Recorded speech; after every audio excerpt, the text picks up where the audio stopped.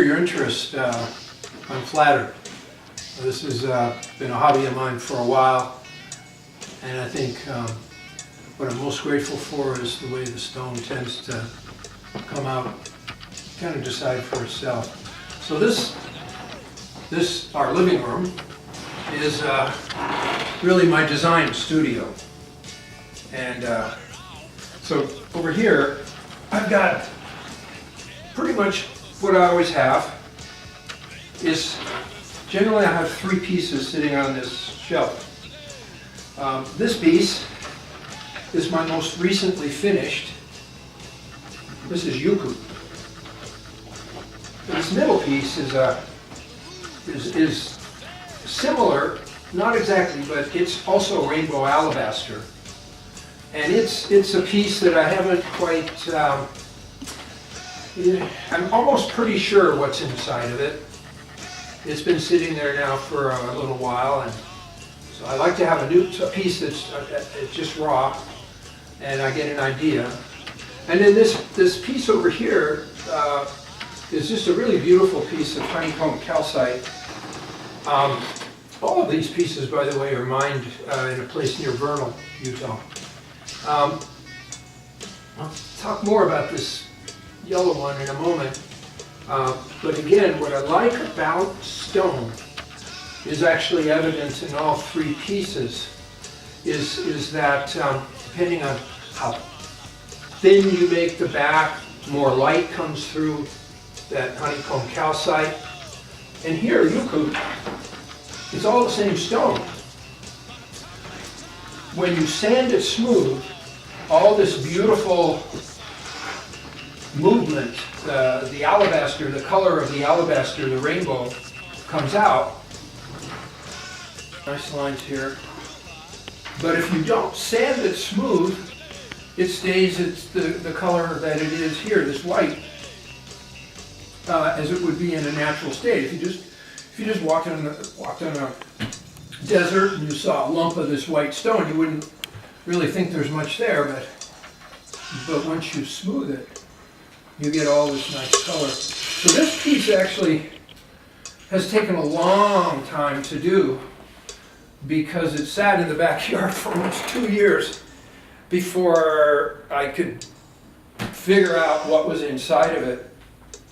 And it went through a couple iterations, but as I was carving, I started to see a little bit of a sense of a bird face here, and I was working on I knew I was going to have the middle be a different color, the unsanded, but one of my neighbors, a little girl, a 13-year-old girl, she says, "Oh, it looks like a moon."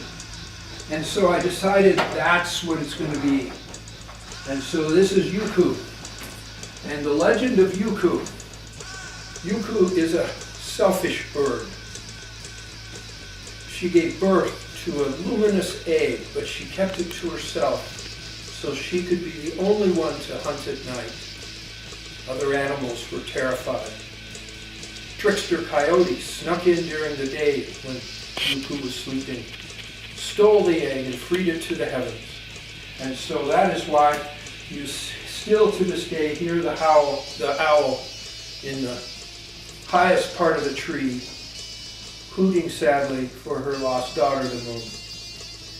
Yuku is actually the word in the Cree language up in northern Ontario, is actually, Yuku is the word for owl. All the rest of that legend is just made up. Because when you're doing all this cutting and you're spending time with it, your mind does funny things. And so that's Yuku, and she's done. This yellow one over here, this honeycomb calcite, is it's a much harder stone to work in. It's quite dense, quite hard, quite firm, and but it has this beautiful translucency to it that allows the light to come through. And once it's sanded completely, it'll be like glass. It'll be. There's a piece that you've seen in the on the work table at the office. It's of that yellow material, and it's just a beautiful stone. But he's not, this one's nowhere near done because I'm stuck a little bit. I have a sense that there's going to be a bird up at this top part, and I want these arms to merge here with the bird's wings, and so that it's the sense of the piece at this point is its name is Eagle Dancer, and but I'm still not quite sure how to bring that bird head out, so that'll be a work in progress. And I noticed when you started, you did take a image of this clock, and these are Nidia, and the fish are Nidia, and you can personally dig those at a private place in Wyoming. Pay a little bit, go in, they let you dig them. So I have a fair number of these fish, and they're 49 million years old. And for a piece that this is actually called an Italian layer, because anytime you get more than one fish per certain number of inches, it's like that was a bad day in the life of the fish. But anyway, so you cut through and you find these, and then on one like this I'll make a clock out of, because I think it's a nice contrast for time. Because these fish waited 49 million years for me to find them. So I often say, if it takes me a little longer to get a job done, or if it took me 2 years to figure out who Yucca was in the concept of time, it's actually pretty fast. There you go.